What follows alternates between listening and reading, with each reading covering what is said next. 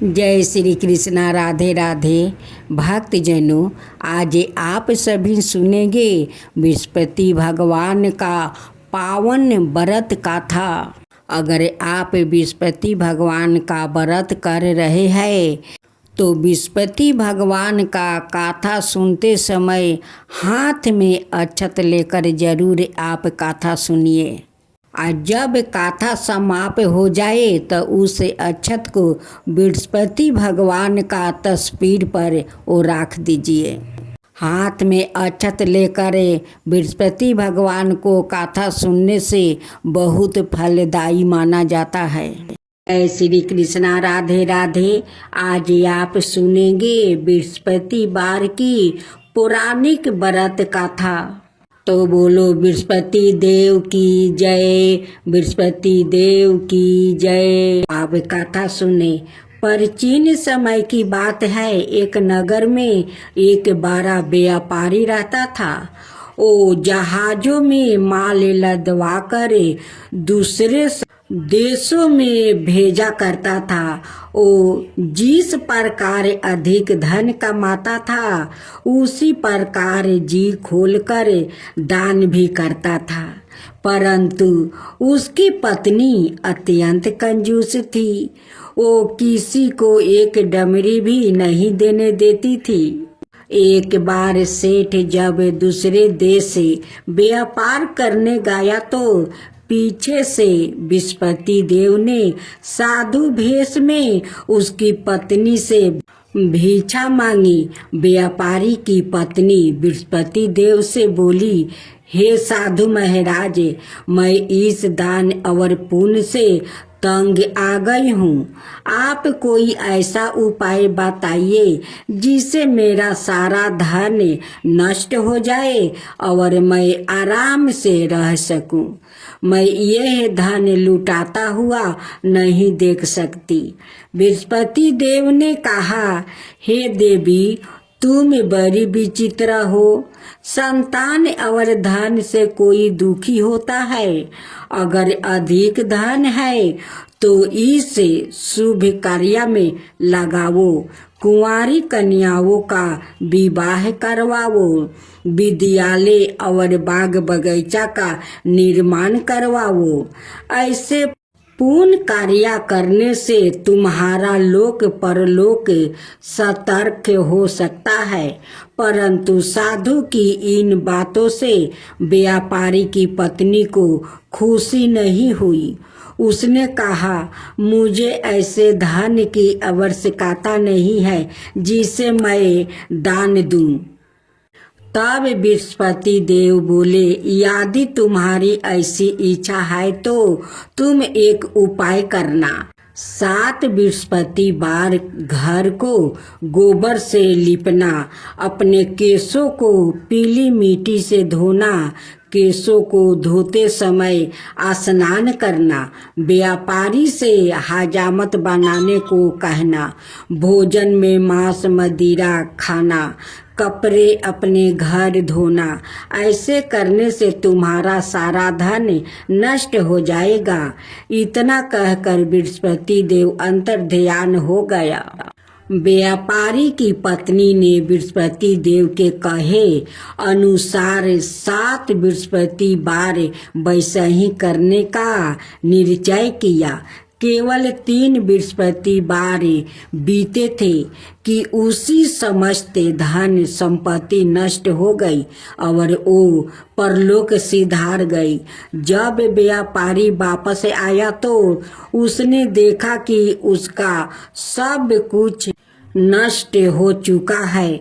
उस व्यापारी ने अपनी पुत्री को सांत्वना दी और दूसरे नगर में जाकर बस गया। वहाँ वो जंगल से लकड़ियाँ काट कर लाता और शहर में बेचता। इस तरह वो अपना जीवन व्यतीत करने लगा। एक दिन उसकी पुत्री ने दही खाने की इच्छा प्रकट की, लेकिन लेकिन व्यापारी के पास दही खरीदने के पैसा नहीं थे। वो अपनी पुत्री को आश्वासन देकर जंगल में लकड़ी काटने चला गया। वहाँ एक वृक्ष के नीचे बैठा अपनी पूर्व दशा पर विचार कर रोने लगा। उस दिन बृहस्पतिवार था। तभी वहाँ बृहस्पति देव साधु के रूप में व्यापारी के पास आया और बोले, हे मनुष्य, तू इस जंगल में किस चिंता में बैठा है? तब व्यापारी बोला, हे महाराज, आप सब कुछ जानते हैं। इतना कहकर व्यापारी अपनी कहानी सुनाकर रो पड़ा। बृहस्पति देव बोले, देखो बेटा, तुम्हारी पत्नी ने बृहस्पति देव का अपमान किया था, इसी कारण तुम्हारा यह हाल हुआ है। लेकिन अब तुम किसी प्रकार की चिंता मत करो। तुम गुरुवार के दिन बृहस्पति देव का पाठ करो। 2 पैसे के चने और गुड़ को लेकर जल के लोटे में शक्कर डालकर वो अमृत और प्रसाद अपने परिवार के सदस्यों और कथा सुनने वालों में बांट दो। सवाए भी प्रसाद और चनामृत लो। भगवान तुम्हारा अवश्य कल्याण करेंगे। साधु की बात सुनकर व्यापारी बोला, महाराज, मुझे तो इतना भी नहीं बचता कि मैं अपनी पुत्री को दही लाकर दे सकूं। इस पर साधु जी बोले, तुम लकड़ियाँ शहर में बेचने जाना। तुम्हें लकड़ियाँ के दाम पहले से 14 गुने मिलेंगे, जिससे तुम्हारा सारा कार्य सिद्ध हो जाएगा। उसने लकड़ियाँ काटी और शहर में बेचने के लिए चल पड़ा। उसकी लकड़ियाँ अच्छे दाम में बिक गई, जिससे उसने अपनी पुत्री के लिए दही लिया और गुरुवार की कथा हेतु चना गुड़ लेकर कथा की और प्रसाद बांटकर सवाए भी खाया। उसी दिन से उसकी सभी कठिनाइयां दूर होने लगी। परंतु अगले बृहस्पतिवार को वो कथा कराना भूल गया। अगले दिन वहाँ के राजा ने एक बड़े यज्ञ का आयोजन करे पूरे नगर के लोगों के लिए भोजन का आयोजन किया। राजा की आज्ञा अनुसार पूरा नगर राजा के महल में भोजन करने गया। लेकिन व्यापारी और उसकी पुत्री तनिक विलंब से पहुंची। अतः उन दोनों को राजा ने महल में ले जाकर भोजन कराया। जब वो दोनों लौट कर आया तब रानी ने देखा कि उसका खूंटी पर टंगा हार गायब है। रानी को व्यापारी और उसकी पुत्री पर संदेह हुआ कि उसका हार उन दोनों ने ही चुराया है।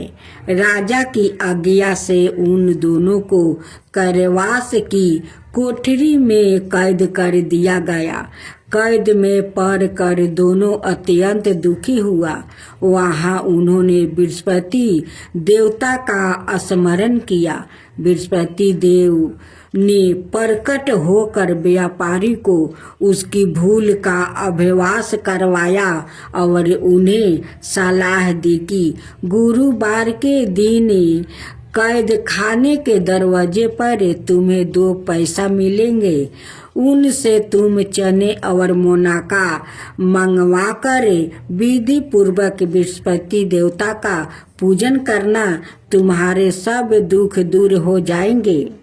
बृहस्पतिवार को कैद खाने के द्वार पर उन्हें 2 पैसे मिले। बाहर सड़क पर एक स्त्री जा रही थी। व्यापारी ने उसे बुलाकर गुड़ और चने लाने को कहा। इस पर वो स्त्री बोली, मैं अपनी बहू के लिए गहने लाने जा रही हूँ, मेरे पास समय नहीं है। इतना कहकर वो चली गई। थोड़ी देर बाद वहाँ से एक और स्त्री निकली। व्यापारी ने उसे बुलाकर कहा कि हे बहन, मुझे बृहस्पतिवार की कथा करानी है, तुम मुझे 2 पैसे का गुड़ चना ला दो। बृहस्पति देव का नाम सुनकर वो स्त्री बोली, भाई, मैं तुम्हें अभी गुड़ चना लाकर देती हूँ। मेरा तो एकलौता पुत्र मर गया है, मैं उसके लिए कफन लेने जा रही थी, लेकिन मैं पहले तुम्हारा काम करूँगी, उसके बाद अपने पुत्र के लिए कफन लूँगी। वो स्त्री बाजार से व्यापारी के लिए गुड़ चना ले आई और सवाए भी बृहस्पति देव की कथा सुनी। कथा के समाप्त होने पर वो स्त्री कफन लेकर अपने घर गई। घर पर लोग उसके पुत्र की लाश को राम राम सत्य है कहते हुए शमशान ले जाने की तैयारी कर रहे थे। स्त्री बोली, मुझे अपने लड़के का मुख देख लेने दो। अपने पुत्रा का मुख देखकर उस माँ ने उसके मुंह में प्रसाद और चना अमृत डाल दिया। प्रसाद और चरणामृत के प्रभाव से वो पुनर्जीवित हो गया। पहली स्त्री जिसने बृहस्पति देव का निरादर किया था, वो जब अपने पुत्रा के विवाह हेतु पुत्र वधू के लिए गहने लेकर लौटी और जैसे ही उसका पुत्र घोड़ी पर बैठकर निकला, वैसा ही घोड़ी ने ऐसी उछाल मारी कि वो घोड़ी से गिरकर मर गया। यह देख स्त्री रो रो कर बृहस्पति देव से क्षमा याचना करने लगी। उस स्त्री की याचना से बृहस्पति देव साधु भेष में वहां पहुंचकर कहने लगे, देवी, तुम्हें अधिक विलाप करने की आवश्यकता नहीं है। यह बृहस्पति देव का अनादर करने के कारण हुआ है। तुम वापस जाकर मेरे भक्त से क्षमा मांगकर कथा सुनो, तब ही तुम्हारी मनोकामना पूर्ण होगी। जेल में जाकर उस स्त्री ने व्यापारी से माफी मांगी और कथा सुनी। कथा के उपरांत वो प्रसाद और चरणामृत लेकर अपने घर वापस गई। घर आकर उसने चरणामृत अपने मृत्यु पुत्र के मुख में डाल दिया। चरणामृत के प्रभाव से उसका पुत्र भी जीवित हो उठा। उसी रात बृहस्पति देव राजा के सपने में आए और बोले, हे राजन, तूने जिस व्यापारी और उसके पुत्री को जेल में कैद कर रखा है, वो बिल्कुल निर्दोष है। तुम्हारी रानी का हार वही खूंटी पर टंगा है। दिन निकला तो राजा रानी ने हार खूंटी पर लटका हुआ देखा। राजा ने उस व्यापारी और उसकी पुत्री को रिहा कर दिया और उन्हें आधा राज्य देकर उसकी पुत्री का विवाह ऊंचे कुल में करवाकर दहेज में हीरे जवाहरात दिया। भक्तजनों, आज आप श्रवण करेंगे रोग हारता वैतीश्वर भगवान की कहानी। एक समय की बात है, भगवान विष्णु और देव गुरु बृहस्पति इंद्र की सभा में विराजित थे। हे लक्ष्मीपति, आपने असुरों को परास्त करके मुझे अमरापति का राजा बना दिया है। आपकी अपार करुणा और शक्ति ही हमें देवताओं का एकमात्र संबल है। देव इंद्र आप निर्भय होकर देवलोक का राज्य संभाले। अब आपको असुरों से कोई भय नहीं है। भगवान विष्णु के चले जाने के बाद इंद्र ने बृहस्पति देव से कहा, गुरुदेव, हमने असुरों को तो परास्त कर दिया है, लेकिन देव इंद्र पास ही खड़े कुछ देवताओं की ओर संकेत करके इंद्र बोले, इन देवताओं को जरा देखिए, यह अभी भी असुरों के शस्त्राघात से घायल है। हाँ गुरुदेव, हमें इन घावों के कारण अब भी आसानी पीड़ा हो रही है। चिंता मत करो, पृथ्वी पर जाकर करुणा मूर्ति भगवान शिव की आराधना करो। वो निश्चित रूप से तुम्हारी पीड़ा को हर लेंगे। हमें पृथ्वी पर किस स्थान पर जाना होगा? तुम लोग तमिलनाडु में स्थित बैतीश्वर मंदिर में जाओ। देवगण बैतीश्वर मंदिर गया और वहाँ उन सभी ने भगवान शिव की, जो जीव को जन्म मरण के पास से मुक्त कर देते हैं, पूजा अर्चना शुरू कर दिया। हे कैलाशपति, हे विश्वनाथ, हे बैतीश्वर, हम पर कृपा करे और हमारी पीड़ा हर ले। उधर कैलाश पर भगवान शिव ने माता पार्वती से कहा, देवी चलो, हम लोग चलकर देवताओं की पीड़ा का हरण करके उन्हें आशीर्वाद भी दे देते हैं। चलिए प्रभु, हमें विलंब नहीं करना चाहिए। भगवान शिव ने एक वैद्य का रूप धारण किया और बैतीश्वर मंदिर में पधारे। पार्वती जी उनकी सहायिका के रूप में उनके साथ थी। हे वैद्यराज, आप हमारी सहायता के लिए आए साक्षात उमा परमेश्वर ही लगते हैं।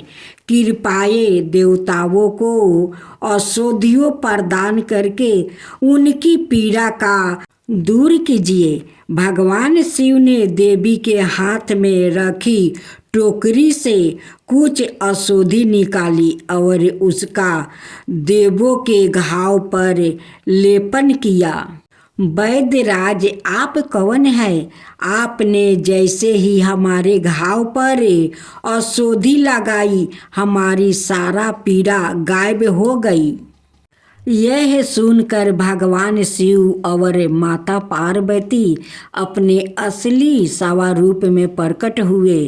प्रभु, आप कृपा करके यह मोतियों से भरा थाल स्वीकार करें। देवी कृपाए इनकी भेंट स्वीकार करें। कार्तिकेय आओ, इन मोतियों से मैं तुम्हारा श्रृंगार करती हूँ। भगवान कार्तिकेय उन मोतियों को धारण करके अति सुंदर लगने लगे। कुमार स्वामी, आप कृपाए यही रहकर भक्तों पर कृपा कीजिए। आपको सब लोग मुचतु कुमार स्वामी के नाम से जानेंगे। आज से इस तीर्थ की मिट्टी जिसने देवताओं के घाव पर गाया है, भक्तों को प्रसाद के रूप में दी जाएगी। यह प्रसाद रोग हरता के रूप में विख्याति प्राप्ति करेगी। तत्पश्चात माँ पार्वती और भगवान शंकर नंदी पर सवार होकर कैलाश को चल दिया। अब आरती सुने। ओम जय बृहस्पति देवा, ओम जय बृहस्पति देवा, चेने चेने भोग लगाऊं केदारी फल मेवा। ओम जय बृहस्पति देवा, ओम जय बृहस्पति देवा। तुम पुराण परमतिमा तुम्हें ही अंतर्यामी, जगत पिता जगदीश्वर तुम्हें ही सबके स्वामी। ओम जय बृहस्पति देवा, जय बृहस्पति देवा। चरनामी रीति निज निर्मले, सभी पथ के हरता, सकल मनोरथ दायके, कृपा करो भक्तो। ओम जय बृहस्पति देवा, ओम जय बृहस्पति देवा। तन मन धन अर्पण करे, जो जन शरण परे, प्रभु प्रकट तब हो करे, आकर दुआरे खरे। ओम जय बृहस्पति देवा, ओम जय बृहस्पति देवा। दीन दयाल दया निधि, भक्तन के हितकारी, पाप दोष सब हरता, भाव बंधन हारी। ओम जय बृहस्पति देवा, ओम जय बृहस्पति देवा। सकल मनोरथ दायके, सब संशय हरो, विषय विकार मिटाओ, संतन सुखी कारी। ओम जय बृहस्पति देवा, जय बृहस्पति देवा। जो कोई आरती तेरी प्रेम सहित गावे, जो कोई आरती तेरी प्रेम सहित गावे, जेठ आनंद आनंद करे, सो निश्चय पावे। ओम जय बृहस्पति देवा, ओम जय बृहस्पति देवा। सब बोलो विष्णु भगवान की जय, बोलो बृहस्पति भगवान की जय।